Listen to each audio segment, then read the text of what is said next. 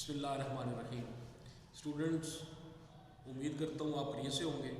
आज केमिस्ट्री का जो हमारा नेक्स्ट लेक्चर है वो हमारा है, इसका जो चैप्टर है वो चैप्टर हम डिस्कस कर रहे थे, चैप्टर नंबर 6। इसका आज हमारे पास पार्ट 2 है और यही तकरीबन इसका लास्ट पार्ट भी होगा इस चैप्टर का, जिसके अंदर हम आज कुछ क्वेश्चंस को डिस्कस करेंगे। तो मैंने ये कुछ क्वेश्चंस और इसके आंसर जो है यहाँ पे लिख दिए हैं, आपको दिखाई दे रहे होंगे। तो इन क्वेश्चंस को हम समझने की भी कोशिश करते हैं और वीडियो के अंदर जाहिर है आपको नज़र भी जब आ रहे होंगे तो आपने नोट भी करना है और इसको इस तरीके से आपने फिर इसकी प्रैक्टिस भी करनी है। लेकिन बुनियादी चीज़ क्या है कि ये टॉपिक और इसका जो आंसर है ये आपने अच्छी तरीके से समझने की कोशिश करनी है। तो अब हम चलते हैं अपने क्वेश्चन नंबर 1 की तरफ। देखिए, हमारा जो पहला क्वेश्चन है वो है डिफाइन एक्वस सॉल्यूशन। तो मैंने इसका आंसर यहाँ पे आपको समझाने की कोशिश करूंगा कि एक्वस कैसे कहते किसे हैं। देखिए, सबसे पहली बात ये याद रखिए, ये एक्वस जो है इसका मतलब होता है आबी, यानी कि इसको हम एक्वस सॉल्यूशन को उर्दू में अगर हम बात करें तो इसको हम बोलते हैं आबी महलूल। आप जानते हैं आप किसे कहते हैं? पानी को कहते हैं। ऐसा महलूल जो पानी की मदद से बनाया जाए, तो एक आम टर्म के अंदर एक उर्दू मीडियम बच्चों के लिए वो मैं बताने की कोशिश कर रहा हूं कि ऐसा सॉल्यूशन जो पानी के अंदर बना हुआ हो उसको आप आबी महलूल कहते हैं। तो इसको आप इंग्लिश में एक्वस सॉल्यूशन का नाम देते हैं। अब जरा आंसर पे आ जाए। देखिए, डिफाइन करना है इसको। तो सबसे पहली बात, the solution in which is form, ऐसा सॉल्यूशन जो बनाया जाता है बाय डिसॉल्विंग अ सब्सटेंस, किसी भी शहर के अंदर कोई चीज हल करते हुए, किसके अंदर पर्टिकुलर जो चीज है यहाँ पे वो क्या है, वो है वाटर। पानी के अंदर कोई चीज हम डालते हैं, इट्स मीन कि हम जाहिर है सॉल्यूशन जो बनता है वो लास्ट टाइम आपने पढ़ा था वो सोल्यूट का बनता है और सॉल्वेंट का बनता है। तो भाई सॉल्वेंट कौन सी चीज यूज हो रही है? पानी यूज हो रहा है। तो सोल्यूट कुछ भी हो सकता है, either you have to use salt or sugar।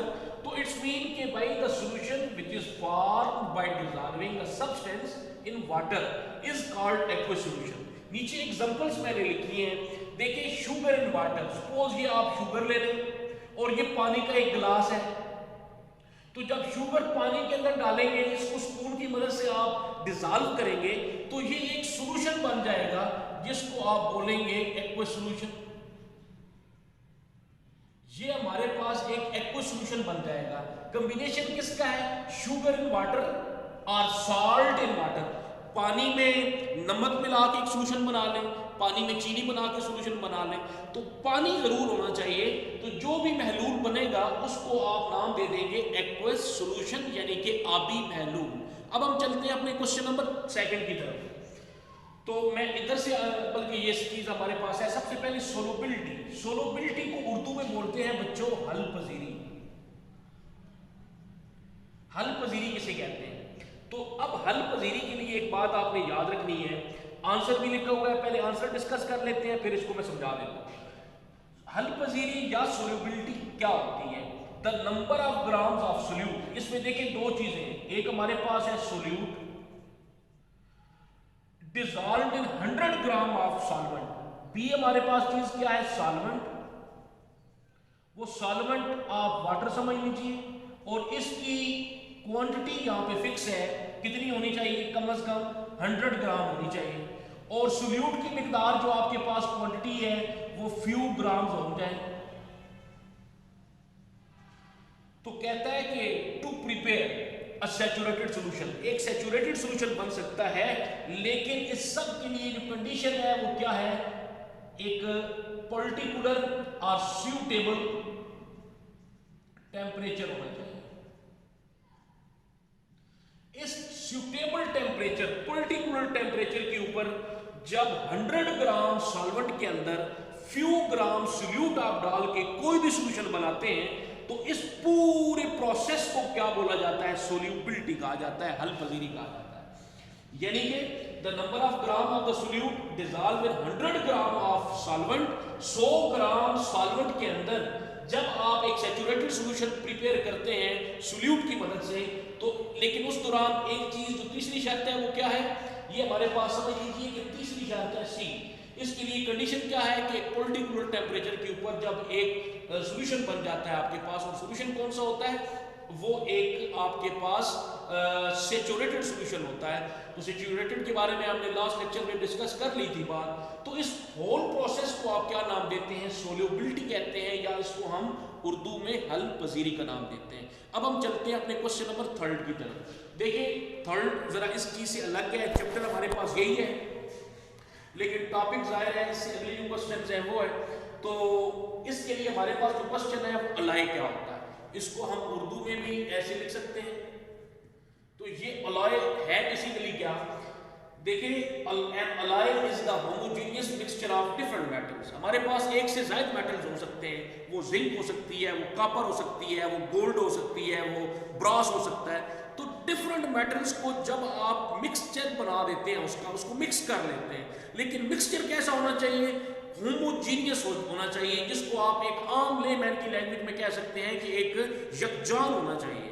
उसमें फिर आप डिफरेंशिएट ना कर पाए कि ये वो एक मिक्सचर के अंदर ये वो फलानी चीज़ है, वो ये फलानी चीज़ है, ये पार्टिकल्स फलानी मेटल्स के, ऐसा ना हो, बिल्कुल होमोजीनियस हो जाए, यकजान हो जाए, उसके अंदर से आप फिर वो डिफरेंशिएट करना पड़ जाए तो वो आपके लिए मुश्किल पैदा हो जाए।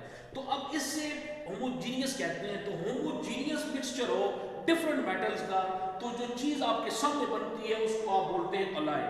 तो एक एग्जांपल मैंने यहाँ पे दी हुई है, एक हमारे पास है ब्रास, ये पीतल और कांसी, ये दो जो हमारे पास ये बनते हैं, इसको हम इस टर्म को हम बोलते हैं कि ये अलाय है। अब देखिए ब्रास जो है, पीतल जो है, वो it is the mixture of zinc and copper. ये दो हमारे पास मेटल्स हैं, इन दो मेटल्स का कॉम्बिनेशन या मिक्सचर हमारे पास ब्रास कहलाता है। दूसरा हमारे पास है ब्रोंज, ये ब्रोंज मेडल भी यूज होते हैं, वो gold medal, silver medal, bronze medal. तो ये ब्रोंज मेडल जो है बेसिकली ये कांसी का तख्मा इसको बोलते हैं। तो ये मेटल जो हमारे पास अलाय बनती है, ये कांसी बनता है। तो कांसी हमारे पास क्या है जी, it is the mixture of tin and copper. ये दो मेटल्स का कॉम्बिनेशन होता है और इसको हम ब्रोंज कहते हैं। तो ये बेसिकली हमारा था अलाय किसे कहते हैं। तो अलाय क्या होता है, जब एक से जायद आप धातुओं को आपस में मिला देते हैं, उसका मिक्सचर बना देते हैं, तो जो चीज आपके सामने आती है उसको आप अलाय का नाम देते हैं। फोर्थ क्वेश्चन है हमारे पास कंसंट्रेटेड सॉल्यूशन, और नेक्स्ट हमारे पास था डाइल्यूट सॉल्यूशन। तो ये क्वेश्चन कंबाइन भी हो सकता है, differentiate between concentrated and dilute, और अलग-अलग भी हो सकता है। तो बहरहाल मैंने अलग-अलग लिखे हैं, इनको जरा आप देख लीजिए। तो कंसंट्रेटेड सॉल्यूशन क्या है बच्चों, concentrated solution those which contain relatively large amount, किसकी, सोल्यूट की। ऐसा सॉल्यूशन आपके पास होना चाहिए। देखिए सॉल्यूशन दो चीजों का कॉम्बिनेशन है, सोल्यूट का और सॉल्वेंट का। तो सोल्यूट की अगर मिकदार ज्यादा होनी चाहिए किसी भी सॉल्वेंट के अंदर, तो वो जो सॉल्यूशन आपके सामने बनेगा ना, उसको आप कंसंट्रेटेड कहेंगे। अब डाइल्यूट के बारे में बात करते हैं। डाइल्यूट भी सॉल्यूशन ही होता है। कौन सा सॉल्यूशन भाई, सॉल्वेंट और सोल्यूट का बना होगा। लेकिन सॉल्वेंट और सोल्यूट का जो कॉम्बिनेशन होता है, जिसकी मदद से एक सॉल्यूशन बनता है, उसमें अगर सोल्यूट की मिकदार ज्यादा होगी तो वो कंसंट्रेटेड है, अगर सोल्यूट की मिकदार कम होगी तो वो हमारे पास डाइल्यूट है। इट्स मीन कि लास्ट टाइम ये पिछले क्वेश्चन में हमने एग्जांपल पढ़ी थी पानी और नमक का। अगर नमक ज्यादा मिकदार में अगर पानी के अंदर डिजॉल्व हुआ है तो वो हमारे पास कंसंट्रेटेड है, और अगर नमक की मिकदार कम है, चुटकी भर नमक आपने यूज किया है एक पानी के अंदर और वो फौरी तौर पे जाहिर है डिजॉल्व हो जाएगा, तो वो हमारे पास कौन सा सॉल्यूशन होगा, डाइल्यूट सॉल्यूशन होगा। देखिए last time concentrated solution are those which contain relatively large amount of dissolve solute in the solution. तो किसी भी सॉल्यूशन में जब इसकी मिकदार ज्यादा होगी तो उसको आप कंसंट्रेटेड कहेंगे। Define dilute. Dilute solution are those which contain relatively small amount of dissolved solute in any solution. तो ये हमारे पास कहलाएगा डाइल्यूट। ये 5 क्वेश्चन है बच्चों, और ये चैप्टर की जो इंपॉर्टेंट क्वेश्चंस हैं मैं उनको डिस्कस कर रहा हूँ, और इसी तरीके से हम स्मार्ट सिलेबस को लेते हुए आगे चलते जाएंगे। तो होप कि आप इन क्वेश्चंस को साथ साथ आप देख भी रहे होंगे, अपनी कापियों पे नोट भी कर सकते हैं, और उम्मीद करता हूं कि इसकी साथ साथ तैयार भी कर रहे होंगे, क्योंकि जो ही आप छुट्टियों के बाद यहाँ पे आएंगे तो अगले ही दिन आपका क्या होगा, आपके पेपर स्टार्ट हो जाएंगे। तो ये एक बेस्ट आपके पास अपॉर्चुनिटी है कि इस वीडियो से आप भरपूर फायदा उठाएं और अपनी प्रिपरेशन करें। Thank you.